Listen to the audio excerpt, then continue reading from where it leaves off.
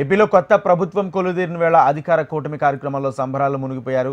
పలుచోట్ల బాణసంచా పేల్చి మిఠాయిలు పంచారు, కేకులు కట్ చేశారు. నెల్లూరు నగరం నియోజకవర్గం టీడీపీ ఇన్ఛార్జ్ కోటమిరెడ్డి శ్రీనివాసులరెడ్డి సంచలన వ్యాఖ్యలు చేశారు. నగరంలో గత 5 ఏళ్ల పాలనలో అధికార పార్టీ నేతల మాటలు విని తమ పార్టీ కార్యకర్తలను ఇబ్బంది పెట్టిన వారిపై 1కి 10 కక్ష తీర్చుకుంటామన్నారు.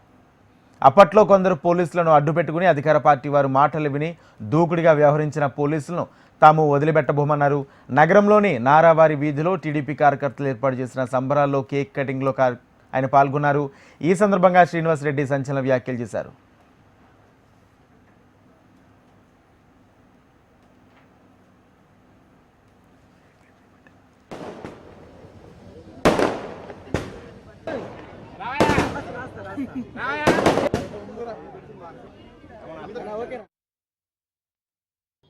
రాష్ట్రంలో ఒక రాక్షస పాలన పోయి రామరాజ్యం వచ్చింది.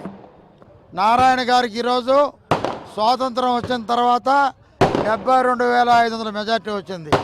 చరిత్రలో ఎవరికి రాలా, ఇంకా రాదు కూడా.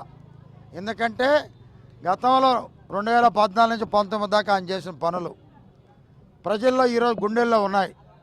ఈ అనిల్ గెలిచి దోపిడీ తప్ప ఇంకోటి లేదు. కానీ ఎంతో కష్టపడి ఆ రోజు నారాయణ గారు ఒక యంత్రంలాగా పనిచేసే వ్యక్తి ఎవరంటే నారాయణ గారు.